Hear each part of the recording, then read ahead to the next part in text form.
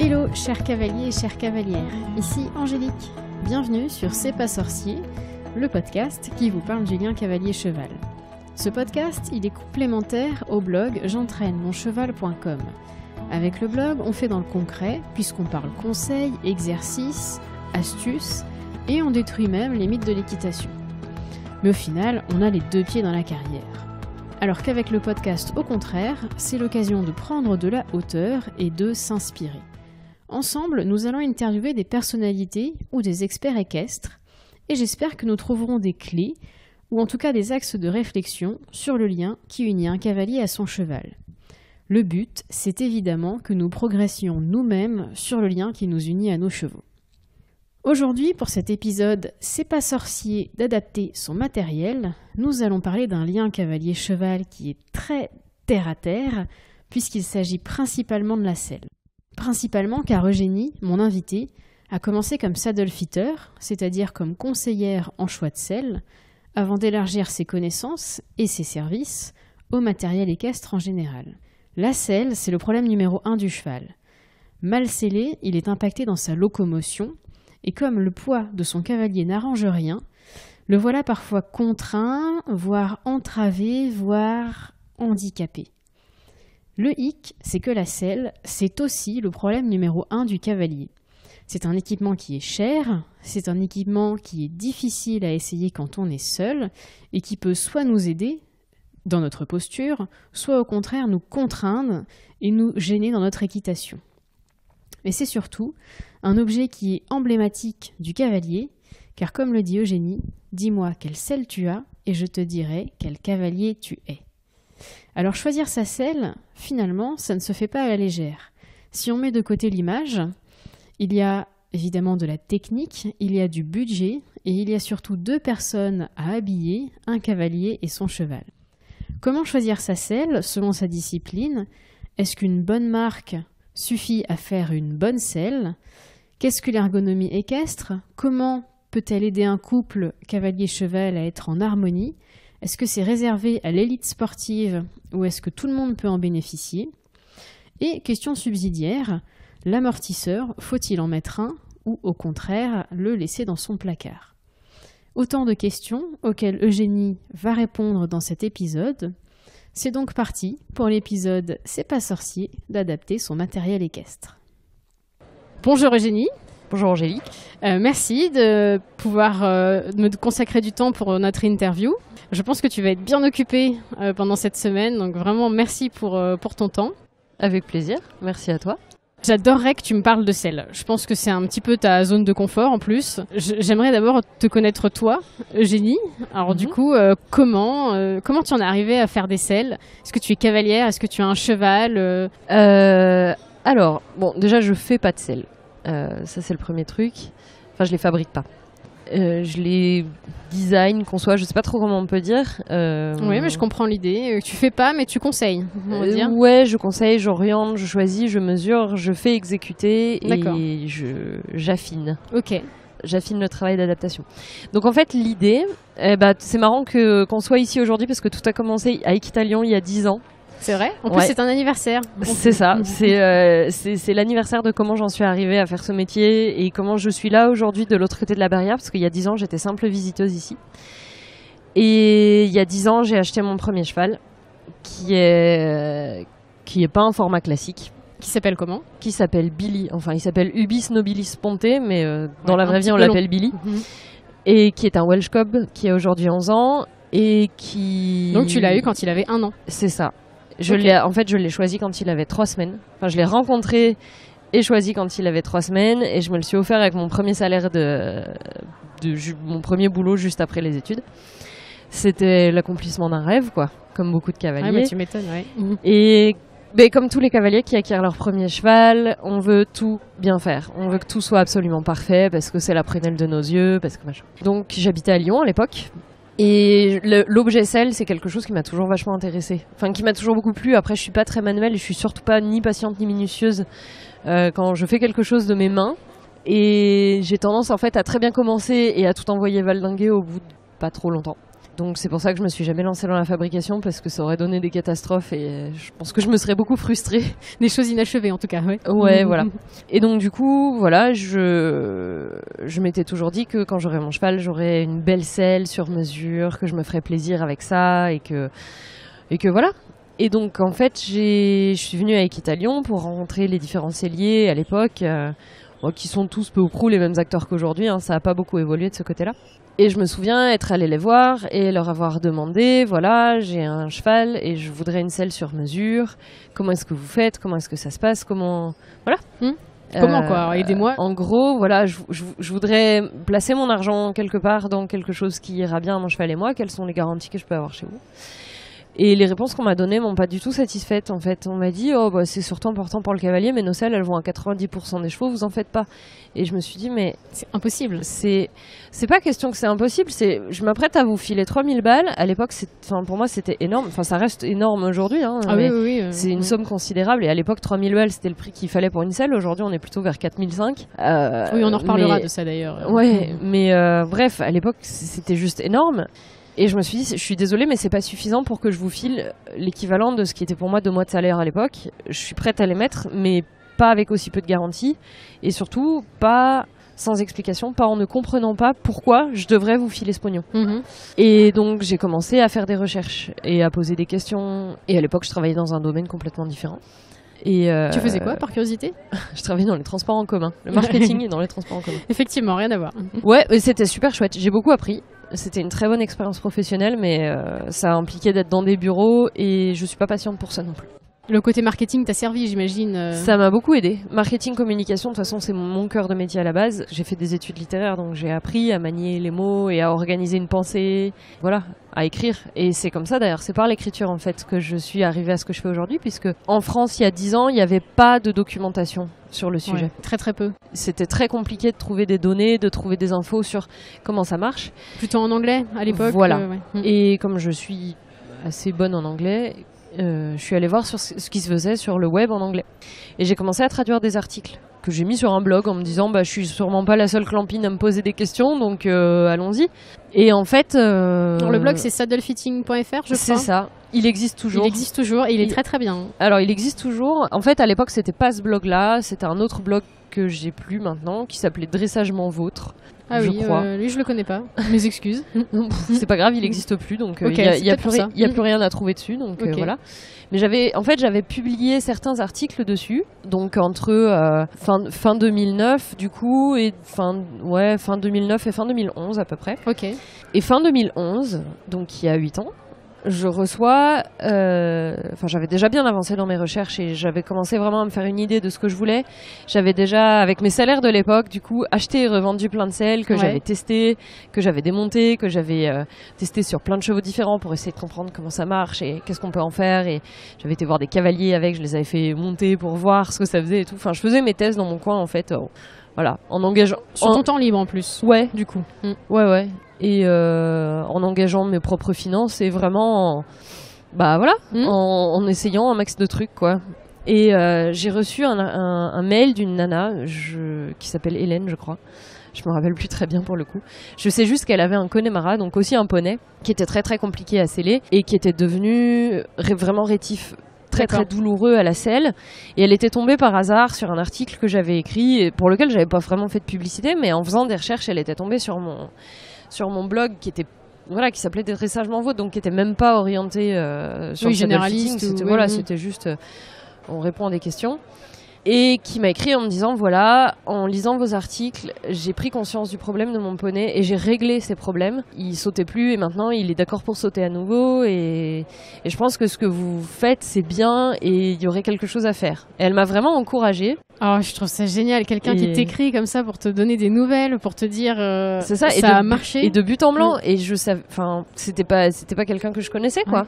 Si je me rappelle bien, elle devait habiter en Bourgogne. Ça t'a touché en fait, du coup. Ça m'a vachement touchée et ça m'a fait me poser beaucoup de questions parce que c'était une époque où je me cherchais beaucoup professionnellement. J'avais arrêté les transports en commun et le marketing parce que l'ambiance énorme boîte, c'est compliqué à gérer. Et ça allait pas dans mon tempérament du tout. Et donc du coup j'avais enchaîné plusieurs postes, mais j'ai fait sans conviction quoi. Ouais voilà, à ce moment-là je crois que je bossais dans une agence de pub. C'était pas mon truc, quoi. Clairement pas mon truc. C'était des gens bien, hein. Ils étaient intéressants, ils étaient gentils. C'était pas, encore une fois, c'était pas une grosse agence de pub. J'avais essayé justement la PME pour essayer d'avoir un truc à taille plus humaine, mais c'était pas encore ton domaine, quoi. C'était pas ça. Ouais. C'était pas ce qu'il me fallait, et voilà. Et donc du coup, de là est née l'envie de créer le blog vraiment dédié à ça, donc qui existe encore aujourd'hui, qui s'appelle saddlefitting.fr, que j'ai ouvert début janvier 2012. Et ça a tout de suite marché, mais un truc de taré, quoi. Et je m'y attendais pas du tout, mais vraiment pas. Et après, de fil en aiguille, j'ai rencontré des gens. Un premier saddlefitter anglais qui était paumé dans le milieu de la France, qui m'a écrit en me disant les gens ici ils comprennent pas ce qu'on fait, de toute façon on parle pas français, donc on est un peu dans la mouise en plus, est-ce qu'on pourrait se rencontrer, faire quelque chose et tout. Donc on a fait donnant en fait. Moi je lui ai fait de la pub, ce qui a permis de lancer sa carrière en France, parce que clairement il était dans la par curiosité Glenn Asker. Okay. Et lui m'a donné des notions de fitting qui sont mes bases, hein, que j'utilise encore aujourd'hui. Bon, j'ai beaucoup évolué depuis, et on est plus franchement d'accord sur les manières de travailler. Mais voilà, à l'époque, sur du donnant-donnant, moi je lui ai redonné une carrière professionnelle, et lui m'a permis de lancer la mienne. Ouais, super. Donc c'était, voilà, je trouvais que c'était un bon accord. Une belle rencontre au bon moment. Ouais, voilà, ça tombait bien. Et puis donc dans le courant de cette année 2012, j'ai ensuite j'ai travaillé pour une sellerie, mais avec qui ça s'est pas très très bien passé à l'époque, pour faire leur site internet. Eux, en fait, moi ce qui m'intéressait, c'était de pouvoir profiter de leur atelier, de pouvoir voir comment ça se passait à l'intérieur, mais ils m'ont pas trop donné accès à ça, donc je devais faire du site internet, détourer des photos, mettre en ligne des catalogues. Bon, ça me passionnait pas vraiment. Mais dans la foulée, j'ai rencontré une autre sellerie indépendante qui était dans le coin où j'habitais à l'époque, à Valence, dans la Drôme, et Cavalcade, pour ne pas les citer. Et quand j'ai décidé de me lancer, ils m'ont fait confiance. Et sans eux, là pour le coup, j'aurais pas pu devenir professionnellement ce que je suis aujourd'hui. C'est-à-dire qu'on a passé un deal, ils commandaient les selles d'essai dont j'avais besoin, ils me les mettaient à disposition. Moi, je vendais des selles pour leur compte quand les clients que j'allais voir en fitting avaient besoin d'acheter une solution matérielle. Okay. Et en échange, ils me rétribuaient avec un versement de commission. Et donc on a créé un donnant-donnant comme ça. Et à l'époque, moi, ça me paraissait tout naturel de faire ça. Je me suis rendu compte par la suite qu'il y avait beaucoup de selleries qui voulaient absolument pas fonctionner comme ça, et qui voulaient le beurre, l'argent du beurre, le cul de la crémière, le tiroir caisse, et qui comprenaient pas pourquoi ils devaient rétribuer quelqu'un. Tant pis pour eux, j'ai envie de te dire. Mais bon, moi j'ai eu beaucoup de chance avec Cavalcade à l'époque. Et dans le même temps, j'ai rencontré donc Wilfried Katman, qui était à l'époque directeur commercial de Stuben France, qui cherchait lui aussi à relancer sa marque. Et les selles qu'il vendait étaient adaptées au processus de fitting, au sens où on pouvait adapter l'arçon, les matelassures, on pouvait faire plein de choses dans la fabrication qu'on ne pouvait pas faire avec tous les selliers français avec qui j'avais essayé de travailler, qui me disaient non, nous on ne travaille pas sur l'arçon, on travaille que sur les matelassures, on fait de la mousse, la laine ça sert à rien. Et moi j'étais là, moi dans tous les tests empiriques que j'ai fait, ça colle pas. Ouais. Tu sens toujours cette incompréhension du saddle fitting, parce que j'ai l'impression que c'est quand même des métiers cloisonnés entre le saddle fitter, le sellier, le bourrelier harnacheur et finalement le commercial et puis le client. J'ai l'impression que chacun est un petit peu dans son tunnel et que personne ne se parle vraiment. En tout cas, chacun essaye, mais il n'y a pas d'harmonie. En fait, moi, c'est pas comme ça que je vois les choses. C'est-à-dire que je sens les choses comme ça chez certaines personnes qui comprennent pas. Ouais. Qui comprennent pas qu'en fait, le saddle fitting, c'est le métier du commercial en sellerie. C'est-à-dire qu'un bon commercial en sellerie devrait être saddle fitter. Ok. Sauf que ça fait sens en tout cas. Le processus de saddle fitting, donc de conseil, pour moi, c'est en fait le saddle fitting, c'est juste de l'ergonomie du matériel d'équitation. C'est pour ça que ma société aujourd'hui s'appelle Ergonomie Équestre. On fait pas de l'ergonomie du cheval, on fait de l'ergonomie du couple qui pratique l'équitation, cavalier-cheval.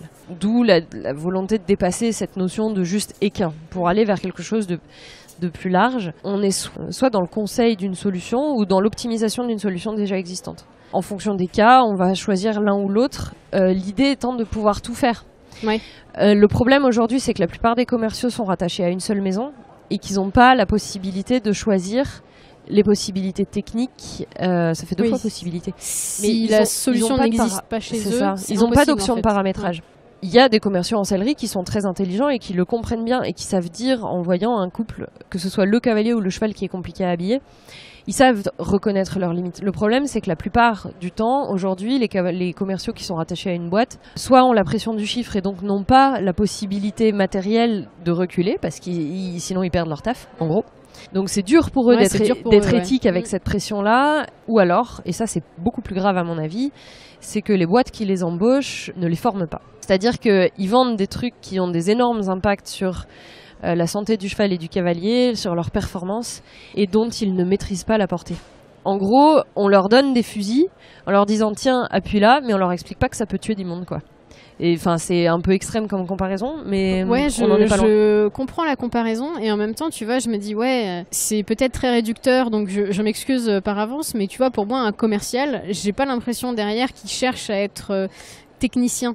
J'ai l'impression qu'il pourrait vendre n'importe quoi, et enfin, je crois qu'ils mesurent pas bien l'impact, enfin, sur plein de choses, même sur le portefeuille. J'ai vraiment l'impression qu'ils sont plus dans la vente que dans le conseil, en fait. Pour moi, tout est une histoire de formation. Enfin, j'en reviens toujours à cette citation de Victor Hugo qui disait que, en gros, si les écoles étaient plus remplies, les prisons seraient un peu plus vides.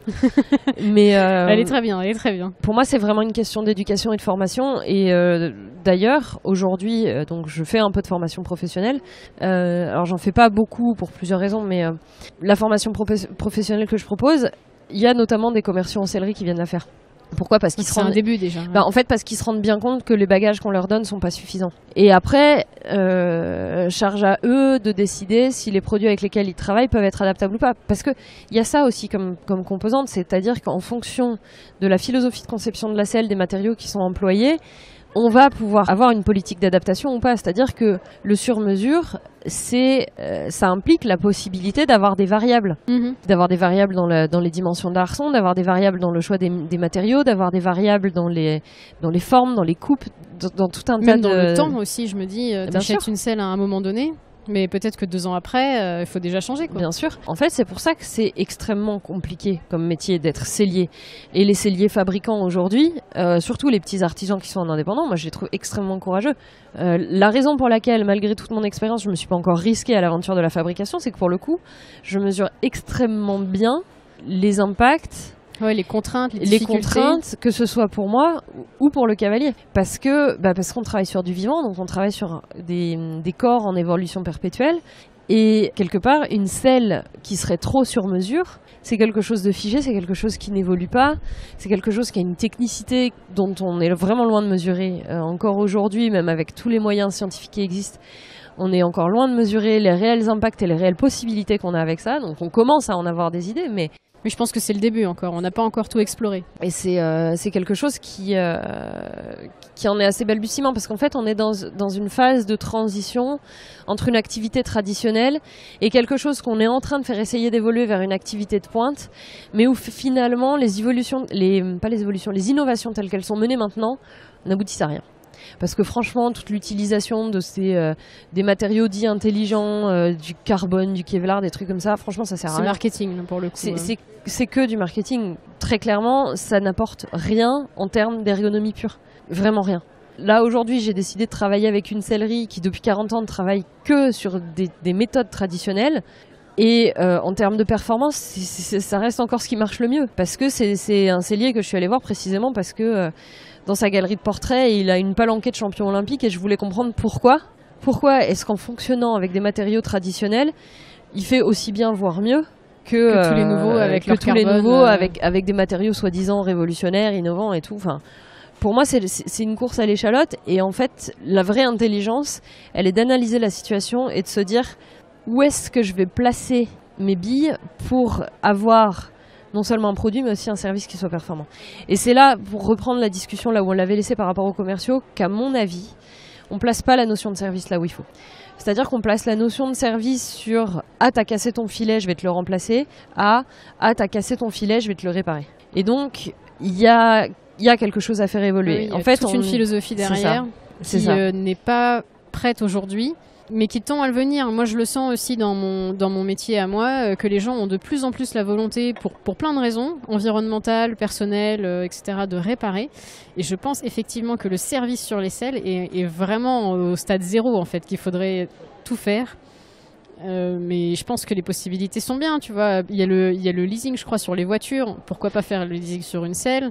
Pourquoi pas se dire qu'il y a quelqu'un qui viendra tous les X mois checker? Même les pièces de remplacement, je vois, on pète un contre-sanglon, c'est la misère.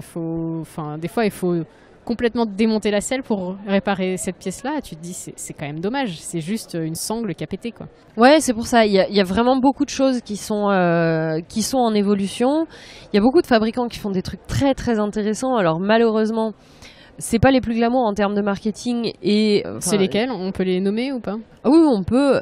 Pour moi, aujourd'hui, vraiment, ceux qui font le meilleur travail, c'est le groupe Bates. Donc ceux qui font aussi les selles Wintec. D'accord.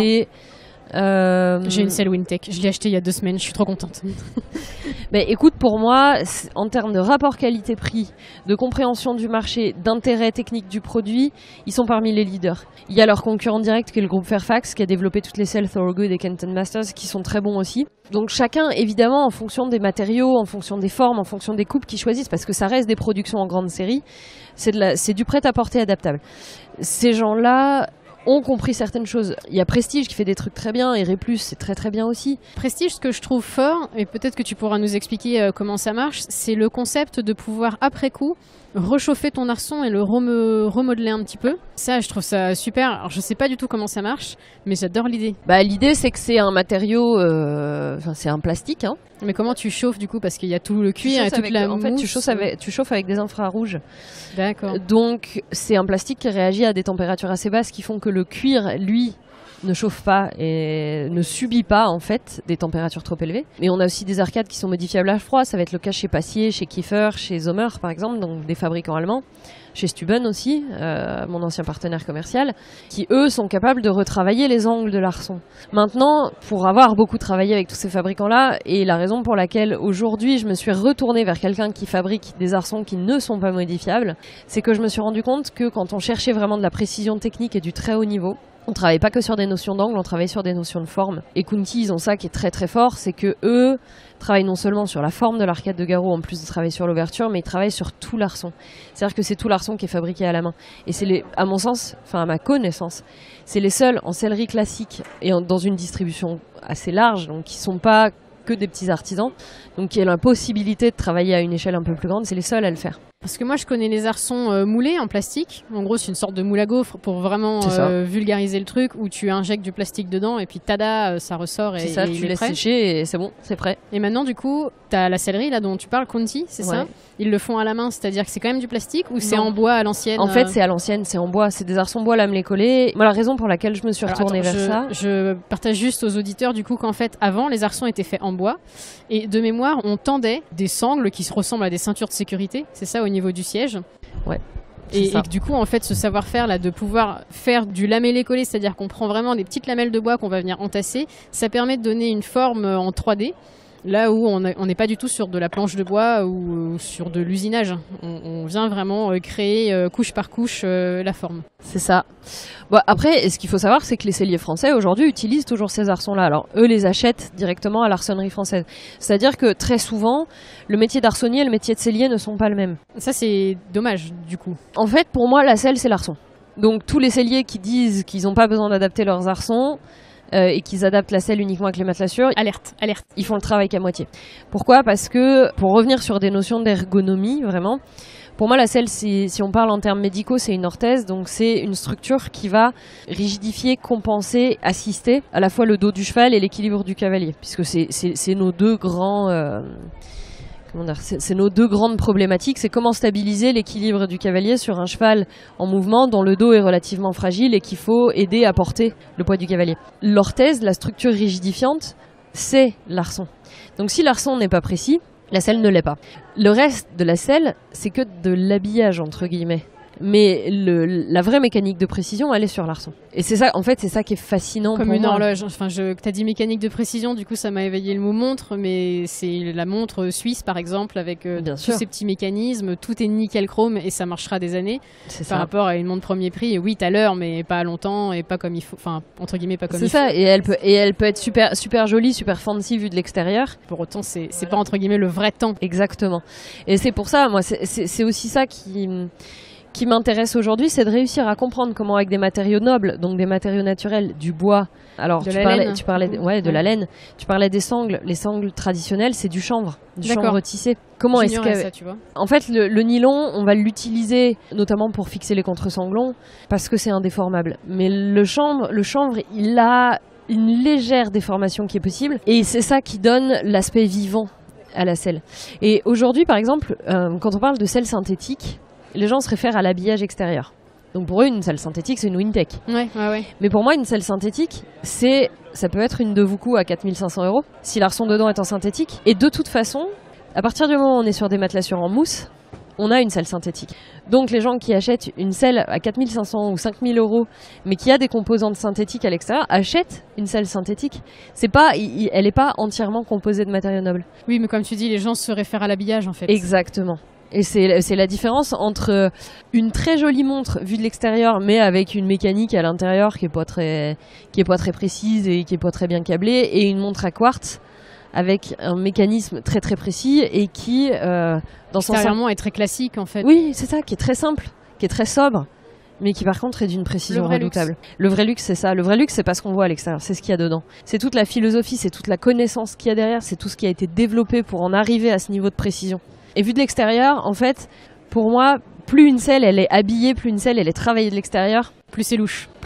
Finalement, Hermès, par exemple, ils ont un look assez sobre, plutôt dans la tradition. Hermès, ils sont très traditionnels. Après, ils travaillent avec des panneaux en mousse. En France, il n'y a personne qui travaille avec des panneaux en latex. Alors peut-être que le maître sellier de chez Hermès est encore capable de faire des matelassures en laine ou même des matelassures en crin, comme ça se faisait sur les selles d'Amazon du début du siècle, par exemple. Mais je sais qu'aujourd'hui, c'est pas ce qu'ils travaillent. En fait, c'est beaucoup plus simple de faire éditer, même en découpe numérique, des matelassures en grande série, que d'aller rembourrer manuellement des panneaux pour avoir la densité précise, les qualités de confort égales sur l'ensemble de la matelassure pour le cheval. Alors c'est sûr que on parle vraiment de matériaux là, donc la mousse et la laine, l'une a des qualités que l'autre n'a pas et inversement. C'est-à-dire que la mousse amène plus de stabilité à long terme. Pour les gens qui ont des dissymétries, ça permet d'éviter les compressions trop marquées d'un côté, mais pour le cheval, vraiment, avec toutes les mesures qu'on a pu faire et les observations qu'on a pu mener et tout ça, ça amène une qualité de confort pour le muscle qui est largement supérieure. Parce qu'aujourd'hui, on parle beaucoup de la capacité des matériaux à absorber les chocs. Mais ça, c'est vrai sur le CSO. Mais en dressage, c'est pas ça qu'on cherche, par exemple. On va chercher un matériau qui va transmettre du liant, qui va transmettre de la précision. La mousse, c'est pas précis. Moi, l'endurance, par exemple, tu me conseillerais quoi en termes de selle? Qu'est-ce qu'il me faudrait, moi? Parce que moi, en gros, je galope pendant des heures et j'essaie de pas gêner le cheval. Mais en soi, notre effort, il n'est pas du tout le même non plus. Non. L'endurance, pour moi, ça reste un peu un mystère. C'est une discipline que je connais pas très bien parce que j'ai jamais pratiqué. Je travaille surtout avec les cavaliers qui évoluent dans des disciplines que je pratique aussi. Plutôt classique, du coup, tu fais moi, j'ai une formation de cavalière d'obstacles à la base. J'ai grandi en Normandie, donc j'avais pas trop le choix, on va dire. Et après, je me suis beaucoup intéressée au dressage parce que c'est là qu'on va chercher le plus de précision sur l'équilibre du cheval, le lien de l'assiette, la locomotion, comment est-ce qu'on connecte l'avant-main et l'arrière-main par le travail du dos. Bon, les bons cavaliers d'obstacles le font aussi, tout ça c'est du travail de plat, mais les cavaliers de dressage sont beaucoup plus facilement sensibilisés à ça. Et c'est pour ça d'ailleurs que ma clientèle principale, ça reste le cavalier de dressage à la base. Après, j'ai le cavalier de complet qui comprend vraiment la notion de... Mais il fait un peu de dressage en même temps, lui. Oui, voilà. Et qui comprend la notion de couple et la notion de bien-être du cheval. Et le marché qui reste le plus difficile à pénétrer, ça reste le marché du CSO d'amateur. C'est vrai? J'aurais pas cru. Non, c'est très compliqué pour plusieurs raisons. C'est là que les acteurs traditionnels sont positionnés, donc tout est verrouillé à coup de contrat plus ou moins discutable, on va dire. Et en même temps, c'est peut-être là où la notion de connexion au cheval est peut-être la moins marquée et où on est le plus dans le cheval de consommation. Alors ça m'ennuie un peu de dire ça parce que moi c'est une discipline à laquelle je tiens énormément et que j'aime beaucoup, et j'aime beaucoup travailler avec des cavaliers d'obstacles conscients. Mais en même temps, c'est la discipline dans laquelle j'ai l'impression que les mentalités en termes de conscience sont les moins éveillées et les moins évoluées. De l'extérieur aussi, pour moi c'est la discipline de tous les contrastes où tu as vraiment des gens qui sont... très éclairé sur le bien-être et en même temps, comme tu dis, il y a des gens qui sont très consommateurs.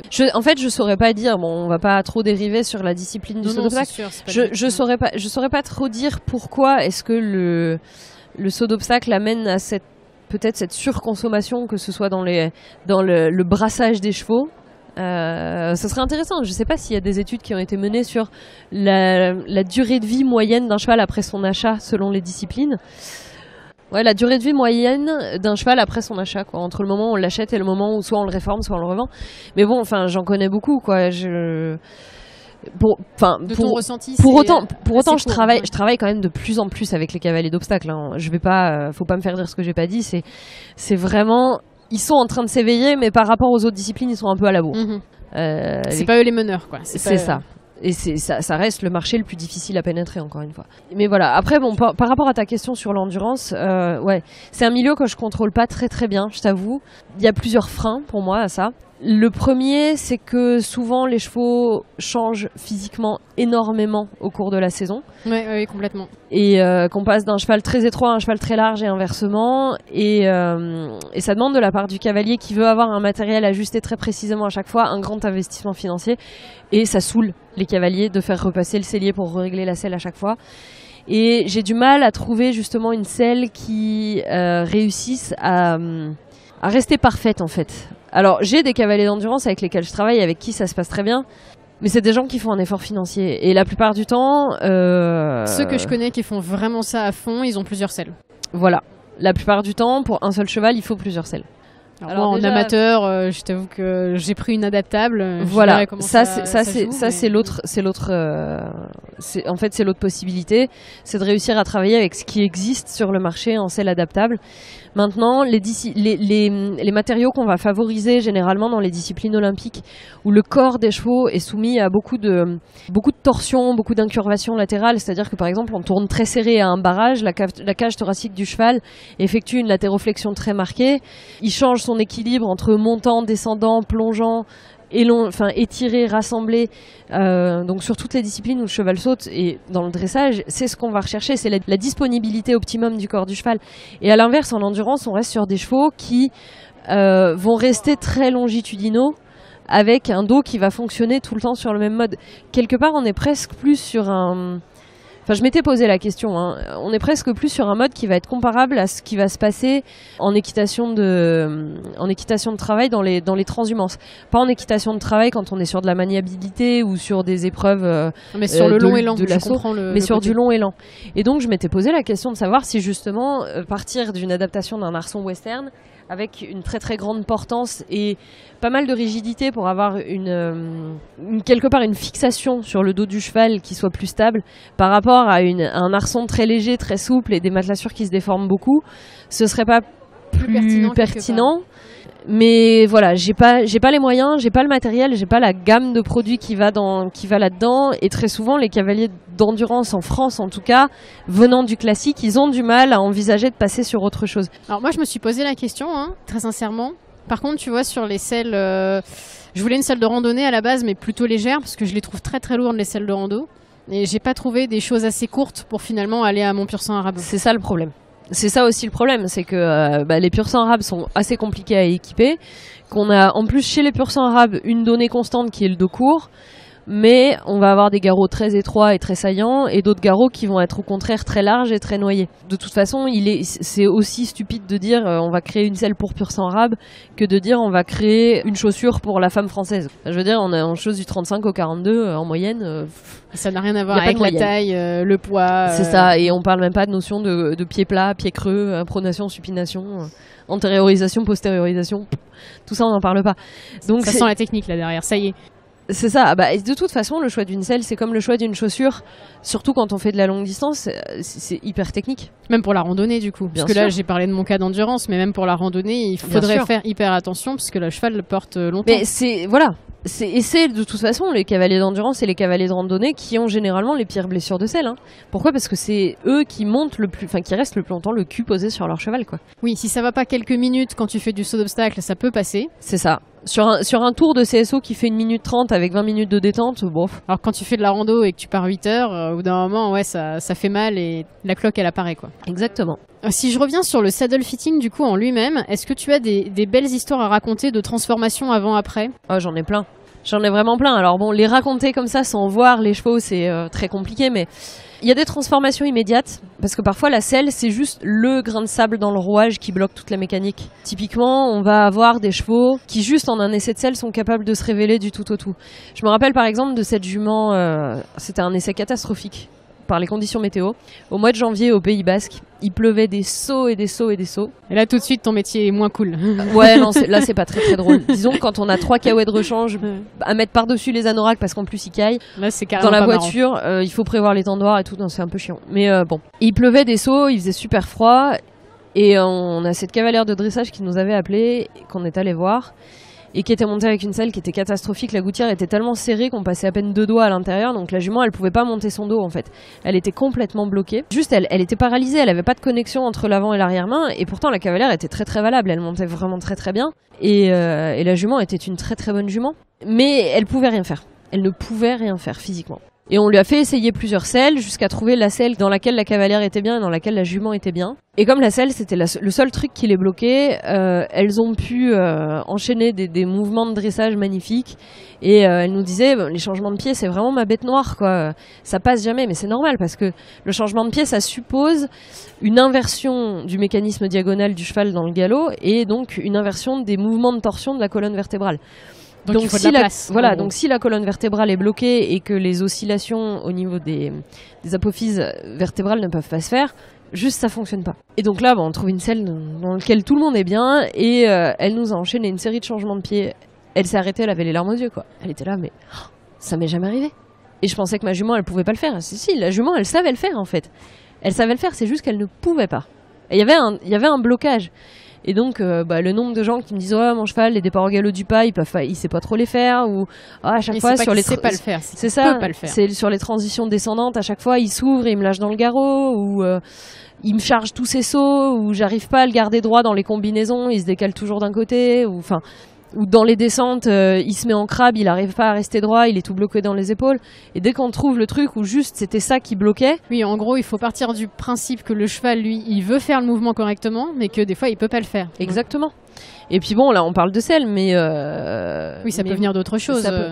Récemment, moi, j'ai fait l'expérience avec une beatfitter qui est venue travailler sur mes chevaux, donc à régler les embouchures et les brides. Moi, il y avait des mouvements que j'arrivais pas à faire faire à mon cheval, parce qu'il me lâchait systématiquement dans le garrot sur les transitions descendantes justement, et je me disais mais bon, ça vient pas de la selle, donc peut-être qu'il sait pas le faire. Et non, ça venait du mors. On a changé le mors, on a trouvé un mors qui lui libérait la langue. Il était engagé comme engagé, il arrivait à se soutenir tout seul, et j'avais juste à serrer un tout petit peu les abdos et à ralentir le mouvement de mon bassin, et il passait à l'allure inférieure. Et c'était magique, quoi. C'était incroyable. Et après, on a des transformations à plus long terme. On a des chevaux dont on pensait qu'ils étaient foutus, et qui étaient très encellés ou qui avaient des problèmes chroniques et des inflammations, des conflits de processus épineux, enfin des trucs vraiment, c'était grave, quoi. Et qui, en 2, 3, 4 mois de selle adaptée et de travail bien mené, parce qu'à chaque fois, il faut bien se dire que c'est pas que la selle, il faut, surtout quand le cavalier est un cavalier amateur qui n'a pas une grosse connaissance, une grosse expérience ou un vrai niveau technique pour assurer un travail correct à son cheval, il faut un encadrement, quoi. Il faut un suivi ostéopathique, il faut un encadrement par un coach. Mais on voit des trucs, des fois, c'est magique. C'est magique. Et la selle, c'est une pièce du puzzle. Faut jamais partir du principe que c'est le truc qui change tout. Ça peut être le truc qui change tout, mais c'est à mettre... Ça fait partie d'un ensemble. Voilà, c'est à mettre en conjonction avec un ensemble, exactement.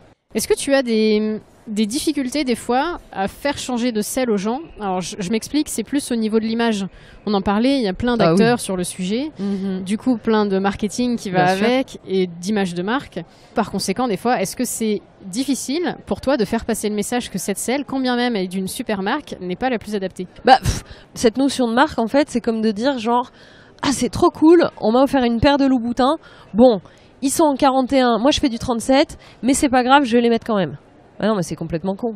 Enfin, je veux dire, c'est juste débile. C'est pas parce que c'est des Louboutins. Même, ok, c'est des super chaussures et ça change rien à leur qualité intrinsèque. Ça va pas, point. Donc oui, bien évidemment, ça arrive. Et il y a une cliente un jour, vraiment, on a trouvé une selle, mais c'était parfait, quoi. Son cheval, il arrivait à faire des mouvements, c'était juste incroyable. Et elle était très très bien, elle était très à sa place. Elle disait, j'ai jamais eu autant de facilité à me mettre en suspension au-dessus de mes pieds. Mais j'achèterai jamais cette selle parce que c'est d'une marque qu'on connaît pas. Et là, bug. Disons que moi j'ai vraiment, au début je comprenais pas et puis presque ça me mettait en colère, quoi. J'étais là, dans l'incompréhension la plus totale, quoi. Et même pas parce que j'allais louper une vente, c'était juste, mais c'est quoi cette réflexion de merde, quoi. Et puis en fait, au bout d'un moment, je me suis dit, mais chacun place ses curseurs là où il l'entend.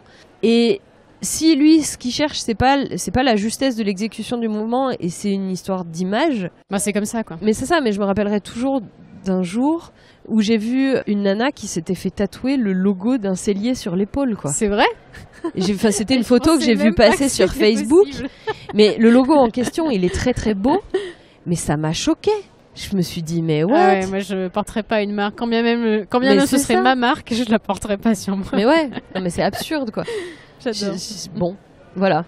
J'ai beaucoup de mal en fait avec cette notion d'image de marque. En fait, ça rassure parce que c'est un signe visible extérieur, c'est quelque chose qui nous raccroche à une communauté. Genre, dis-moi quelle selle tu montes, je te dirai quel cavalier tu es. C'est très clair, ça marche comme ça. Mais oui, c'est déjà arrivé qu'effectivement des gens me disent non, mais ça correspond pas à mon image. Bon, bah, libre à toi. Écoute, libre à toi. Tu places tes curseurs où tu veux. J'imagine que les gens qui font appel à toi et qui se rendent compte qu'ils ont, entre guillemets, maltraité leurs chevaux pendant quelques temps, ils ont quand même beaucoup de culpabilité. C'est clair. Comment tu les rassures? Comment tu leur dis d'aller de l'avant? Bah, moi, je leur dis que le simple fait que je sois là aujourd'hui, ça veut dire qu'en fait, ils ont aucune culpabilité à avoir. Que ce qui est fait, qu'on apprend de ses erreurs. Que pour reprendre une très belle formule qu'une de mes amies m'a dit un jour, c'est en se plantant qu'on pousse. Et que, ok, ils ont appris de leur erreur. Maintenant, il faut arrêter de regarder dans le rétroviseur. Il faut regarder ce qui vient devant et qu'il y a encore tout qu'à faire, quoi. Ça t'arrive souvent, ça, des gens vraiment... qui sont dans la culpabilité, à fond. Très, très fréquemment. Parce que, comme je disais en préalable, quand j'ai acheté mon cheval, c'était la prunelle de mes yeux. Et je garde toujours en tête que, quel que soit le cheval avec lequel je travaille, que ce soit un trotteur de réforme acheté 500 balles ou un cheval qui a fait les JO et qui coûte plusieurs millions d'euros, ce cheval, c'est la prunelle des yeux de son cavalier. Quelle que soit sa valeur marchande, en quelque sorte. J'aime pas parler de valeur marchande pour un cheval, mais bon, le monde est ainsi fait qu'on en est là. Mais le cheval sur lequel on me demande de travailler, en fait, les gens me font suffisamment confiance pour me confier justement la santé de leur animal. Et que ce soit un cheval à 500 ou à 500 000, c'est pareil. Et le cheval mérite le même égard. Que ce soit un cheval de club ou un cheval de haut niveau, c'est la même chose. C'est beau. J'aime beaucoup ta philosophie. Merci. J'avais une question après sur les amortisseurs. Vaste sujet. C'est comme pour les selles. Il y en a des bien conçus, il y en a des mal conçus. Et il y en a des bien conçus qui vont pas avec certaines selles. C'est ça. Le tout est de toujours garder en mémoire que ce soit l'amortisseur, la sangle, les étrivières, les étriers. On choisit ce qu'on appelle des accessoires en fonction de la selle qu'on utilise. C'est-à-dire que la selle est un préalable au choix de tout le reste. On ne peut pas bien choisir un amortisseur ou une paire d'étriers ou n'importe quoi qui ait un impact technique sur l'équitation, qui soit substantiel, qui ne découle pas du choix de la selle. Parce que la selle, ça part de là, en fait. Ouais, c'est l'origine. C'est l'orthèse. C'est le point zéro. C'est ça, c'est exactement ça. C'est le point zéro. Donc, moi, les amortisseurs, j'en utilise assez fréquemment. Mais en fait, c'est assez simple. C'est-à-dire que je regarde la selle que j'ai et j'ai choisi plusieurs amortisseurs de plusieurs marques. Pas pour la marque, mais pour la conception, parce qu'une marque, c'est toujours en fait une histoire de conception. C'est-à-dire que la personne qui a inventé une marque, quand elle a mis ça en place, elle avait un concept, elle avait une idée, elle avait une philosophie. Pourquoi elle a choisi ce matériau-là, pourquoi elle a choisi cette coupe-là. Donc, je regarde la philosophie de la marque. Si ça a été créé pour une raison qui me paraît valable, alors je vais tester le produit pour savoir ce que ça vaut effectivement. Les trucs qui sont testés, qui sont fabriqués pour des mauvaises raisons, généralement je me risque pas à les essayer. Il y a que s'il y a plusieurs clients qui me disent non mais vraiment tu devrais les regarder, c'est vraiment génial, que je vais y accorder un peu d'intérêt. Mais bref, pour en revenir à l'amortisseur, pour moi l'amortisseur il s'adresse surtout au cheval, donc je pars du principe que c'est le cheval qui va choisir. Donc je fais tester au cheval la selle sans amortisseur, la selle avec un amortisseur A, la selle avec un amortisseur B, la selle avec un amortisseur C. Et en prenant par exemple 3 petits films de 3 longueurs au trot, on est capable de dire, de ramener ça aux sensations que le cavalier a eues en regardant la vidéo. Il peut confirmer son ressenti ou se dire ah ouais, moi j'avais ce ressenti-là, mais en fait le cheval, visiblement, il est plus relâché, il est plus détendu, ou il est plus contracté, il est plus étriqué comme ça. Donc on va partir sur la sensation qui est la plus confortable pour le cheval. Il faut se dire que les chevaux, ils sont comme nous, ils ont ce qu'on appelle des préférences matérielles. C'est-à-dire que, comme nous, il y a des gens qui aiment bien la laine, il y en a d'autres qui supportent pas parce que ça gratte. Il y a des gens qui aiment bien le coton, il y en a d'autres qui aiment pas parce que quand ils transpirent, ça pue, etc., etc. Mais les chevaux, c'est pareil. Il y a des chevaux qui sont plus à l'aise avec certains matériaux, il y a des chevaux qui sont plus à l'aise avec d'autres matériaux. Enfin, on en rejoint à la question de la matelassure. Il y a des chevaux qui sont plus à l'aise avec la matelassure laine, il y en a d'autres qui sont plus à l'aise avec les matelassures en mousse, même si généralement ils sont quand même plus à l'aise avec la matelassure en laine. Bon, ça, c'est juste une statistique tirée de l'expérience, quoi. C'est même pas une étude scientifique, mais c'est juste un constat. Mais voilà, il y a des chevaux qui vont préférer certains amortisseurs à d'autres. Et alors, tu vois, moi, ce qui, entre guillemets, m'embête dans le marché actuel des amortisseurs, c'est que, pour moi, on fait un amalgame entre les amortisseurs qui compensent et les amortisseurs qui veulent vraiment amortir. Est-ce que tu as ce même ressenti? Est-ce que pour toi, un amortisseur doit juste compenser la selle ou au contraire doit avoir lui-même une fonction amortissante? Est-ce qu'il faut un peu des deux? En fait, ça dépend. Pour moi, un amortisseur qui compense, c'est ce qu'on appelle un correcteur. Et un amortisseur qui amortit, c'est un amortisseur. C'est 2 objets différents, en fait. Souvent, c'est sous le même nom. Enfin, ouais, mais c'est en fait, les 2 fonctions peuvent être conjuguées dans le même objet. C'est-à-dire qu'on a des correcteurs seuls, on a des amortisseurs seuls et on a des amortisseurs correcteurs. Le tout est de choisir exactement l'objet dont on a besoin, en fonction de l'analyse qu'on va tirer de l'adaptation de la selle. Et bon, moi je pars souvent du principe de qui peut le plus peut le moins. Donc quand le cheval montre qu'il a besoin d'un amortisseur, je vais orienter le cavalier vers le choix d'un amortisseur correcteur, juste pour... Si jamais un jour le cheval change parce qu'il s'est blessé, il a arrêté 6 mois pour une tendinite et que du coup il s'est démusclé, eh ben on a la possibilité de corriger un petit peu sa selle le temps qu'il se remuscle et qu'on doive enlever la correction. Par contre, ce avec quoi je ne travaille quasiment jamais, ce sont les corrections qui sont figées. Je travaille toujours avec des corrections qui sont adaptables, dans lesquelles on peut utiliser des matériaux différents, dans lesquelles on peut utiliser des épaisseurs différentes. Parce que le problème d'une correction fixe, c'est que si ça correspond à ce dont on a besoin, tant mieux. Si ça marche pas, bah, c'est parfois pire que mieux, quoi. Donc ça sert à rien. Question sur le gel, parce que j'ai eu pas mal de questions sur les amortisseurs en gel. Bien, pas bien, qu'est-ce que t'en penses ? Je vois pas trop l'intérêt, très honnêtement. Moi je trouve ça lourd en fait. Bah, en fait, le problème c'est que la plupart du temps, c'est mal coupé. Donc déjà, ça va pas. D'un point de vue ergonomique, c'est pas bon. Après, l'utilisation du matériau gel en tant que tel, j'y ai personnellement jamais trouvé vraiment d'intérêt. Après, comme l'objet me plaît pas à la base, c'est vrai que je me suis pas beaucoup concentrée dessus. Je sais juste que quand on a les espèces de méduses là, ça peut permettre de stabiliser une selle sur un cheval qui a tendance à la faire bouger. Mais dans ces cas-là, il faut que le gel soit à nu et que la selle, elle grippe, elle soit posée directement dessus. Ça fait un peu comme la matière autofixante des bas là, tu sais, le truc qui gratte les cuisses. Le silicone. Ouais, voilà. Jusqu'à présent, j'y ai pas vu beaucoup d'intérêt. Mais... Et alors, une question qui a rien à voir, ou presque, avec toi, c'est que je note une tendance quand même à remonter sans selle et à repasser sur les selles sans arçon. Qu'est-ce que t'en penses, toi, en tant qu'ergonome équestre ? À partir du moment où on considère que l'arçon, c'est l'orthèse, une selle sans arçon, c'est une non-orthèse. Après, les fabricants de selles sans arçon sont partis du principe que comme c'était l'arçon qui était difficile à adapter et donc qui posait problème, si on mettait pas l'arçon, on n'avait pas de problème. C'est un peu simpliste et réducteur comme façon de voir les choses. Maintenant, très honnêtement, il y a des cas de figure où je vais recommander une selle sans arçon pour des cas où les chevaux sont trop difficiles à habiller avec des solutions prêtes à porter dans le commerce et où les cavaliers n'ont pas forcément du budget pour du très haut de gamme ou pour une utilisation très ponctuelle. Maintenant, il faut savoir qu'il y a beaucoup de critères restrictifs, c'est-à-dire qu'on peut très difficilement se mettre en suspension sur les étriers. Donc tout ce qui est équitation un peu sportive, on oublie. Donc on saute pas, on galope pas en équilibre, tout ça. Et même si je sais par exemple qu'aux États-Unis, les selles sans arçon sont beaucoup utilisées pour l'endurance où on galope en équilibre, pour le coup.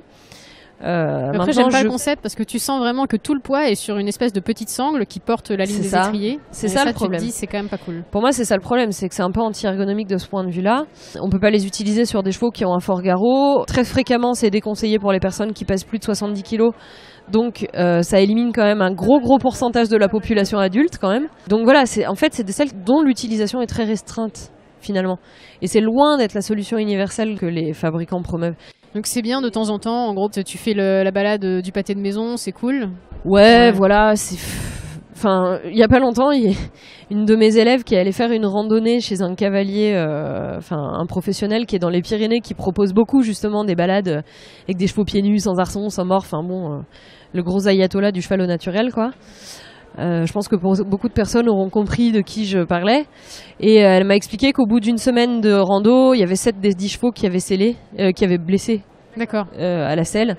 Ouais, parce que c'est pas fait pour. Bah, parce porter que les sacs, porter le cavalier, c'est pas fait pour sans du tout. arçon, c'est compliqué, quoi. Et lui, il a juste dit au cavalier que c'était des merdes et qu'ils savaient pas sceller, qu'ils savaient pas monter et que c'était eux qui avaient blessé les chevaux et pas le matériel. Ouais, ça c'est très culpabilisateur pour le coup. 7 sur 10 en plus, ça fait quand même une grosse statistique quand même. Ouais. Disons qu'on est loin du facteur aléatoire là quand même. Eh ben écoute, ça marche. Tu étais saddle fitter et maintenant tu es ergonome équestre. Ça veut dire quoi ? Déjà, je me suis jamais déterminée comme saddle fitter. Pourquoi ? Parce que je trouve ça un peu pompeux. Les Français savent pas le dire, donc ça m'énerve. D'être saddle fighter, saddle fritter, juste saddle, ça veut rien dire. Je suis une selle, ok, très bien. J'ai appelé mon blog saddlefitting.fr, mais voilà, bon, ok. Du coup, ça me colle un peu à la peau. Sur mes premières cartes de visite, j'avais marqué conseil en équipement d'équitation. Et c'est ce que je fais. Pour moi, je fais à la fois du conseil en investissement, je suis personal shopper, c'est-à-dire que j'aide les gens en fonction de tout et en 8, ma chérie, à trouver leur équipement, tout simplement. Et en fait, à force d'y réfléchir, je me suis dit, bon, techniquement, tout ce qu'on fait, ça relève de l'ergonomie du sport. Et on fait de l'équitation, donc c'est de l'ergonomie équestre. Donc quand il a fallu dire vite à la comptable comment j'appelle ma nouvelle boîte, ergonomie équestre, allez, voilà. Ça a été pas plus compliqué que ça. Simple et efficace, ça dit ce que c'est. L'ergonomie équestre, c'est tout simplement le processus d'adaptation du matériel. C'est-à-dire qu'aujourd'hui, les gens, ils font pas la différence entre j'achète une selle et il y a tout un processus de conseil, de compétences, de suivi, d'adaptation, d'analyse, etc. qui y est rattaché. En fait, ils font pas la différence entre j'achète un cheval, mettons 5000 balles, et derrière, il va me coûter les yeux de la tête, sa race. En frais veto, quoi. En frais veto, en frais de pension, maréchalerie, en cours, en concours, en n'importe quoi. Quand on achète une selle, c'est comme quand on achète une voiture. C'est-à-dire qu'il y a un cahier des charges à respecter, un bon conseiller en sellerie, et c'est en ça pour moi que le saddle fitter, le commercial, le vendeur, n'importe quoi, peu importe comment tu l'appelles, tout ça c'est juste les mêmes facettes d'un seul et même métier. Et mon but, c'est de réussir à réunir en une seule personne toutes ces facettes. Et aujourd'hui, il y a une fragmentation. C'est-à-dire qu'il n'y a pas de personne dans les acteurs traditionnels de la sellerie aujourd'hui qui est capable de le faire. Parce que les commerciaux, ils sont pas assez formés. Les selliers, c'est des fabricants. Pour récupérer beaucoup de gens qui ont suivi des formations en sellerie, donc de selliers harnacheurs, selliers bourreliers, très clairement, ils n'ont aucune formation sur l'ergonomie, sur la prise de mesure, sur l'adaptation du matériel. Écoute, je l'ai faite. Moi, j'ai fait le truc découverte pendant une semaine. Jamais on m'a parlé de ça. On m'a dit comment couper mon cuir, comment faire mes finitions. 1 an, 2 ans de formation. Ils n'ont aucune base. J'ai des gens qui ont travaillé chez Hermès pendant plusieurs années, qui viennent me voir et qui me demandent comment on fait. Ils savent exécuter, mais ils savent pas analyser le cheval. Ils savent pas regarder, ils savent pas prendre des mesures, ils savent pas quelle mesure va être pertinente, pourquoi dans la fabrication. Ils savent simplement exécuter. Et en fait, aujourd'hui, par exemple, la formation de sellier harnacheur, elle forme des ouvriers qui vont être sur des chaînes de montage de selle ou de briderie. Ils vont apprendre à coudre, à découper. C'est ça, et il y en a beaucoup qui au final terminent chez Hermès ou chez Chanel à fabriquer des sacs à main et pas des selles. Et les commerciaux, ils savent pas vendre des selles. Enfin, ils savent remplir un bon de commande, mais ils savent pas dire aux gens ce dont ils ont vraiment besoin, ce dont le cheval a besoin. Donc moi, je forme les gens à analyser les besoins.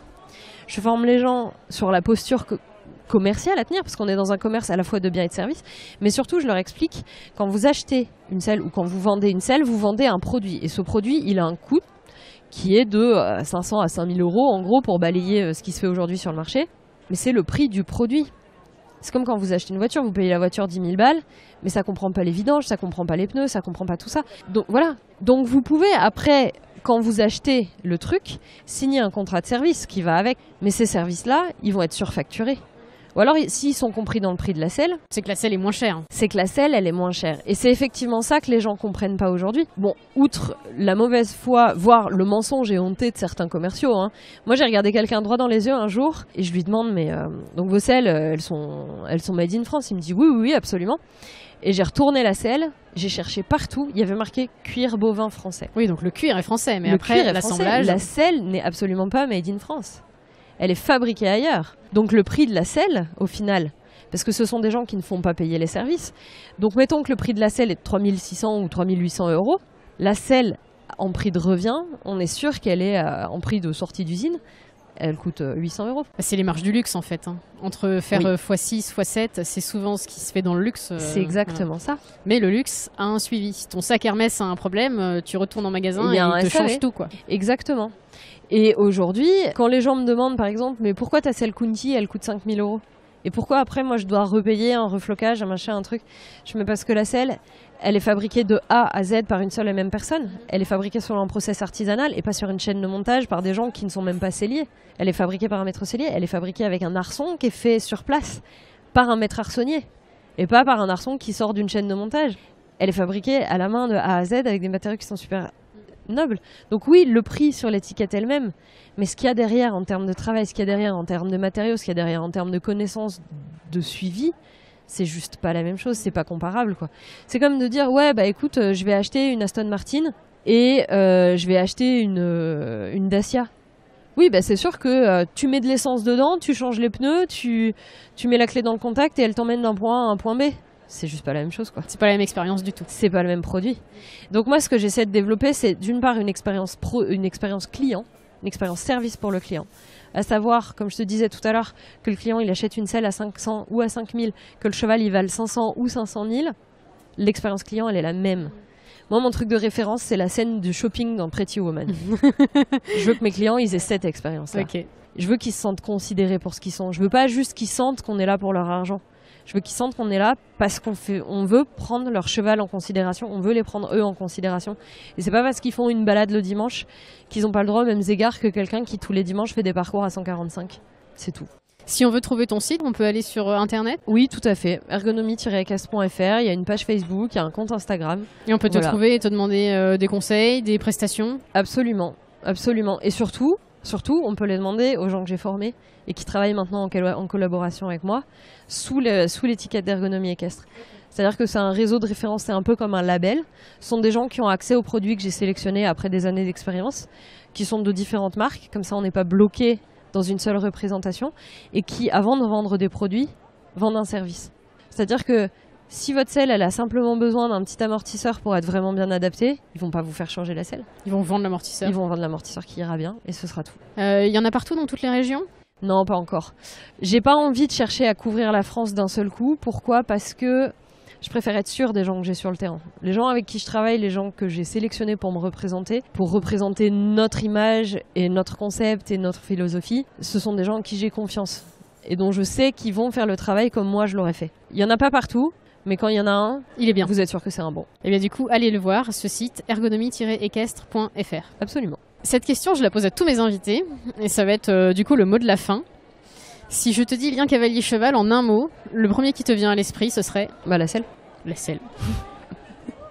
Facile. Très simple. Eh bien écoute, c'est sur ce mot qu'on va se quitter. Merci vraiment pour ton temps, Eugénie. Ça a été un moment super. J'espère que pour les auditeurs, ça a été pareil. Moi, j'ai appris beaucoup de choses aujourd'hui. Mais merci de ton invitation et puis promène-toi bien dans le salon. Merci beaucoup. Hello à nouveau. C'est la fin de notre épisode « C'est pas sorcier » d'adapter son matériel équestre.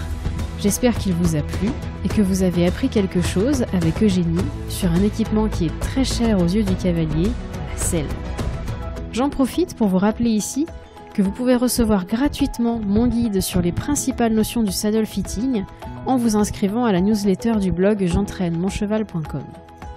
Si cet épisode vous a plu, mettez-lui 5 étoiles ou mettez 5 étoiles au podcast ou un like ou un commentaire.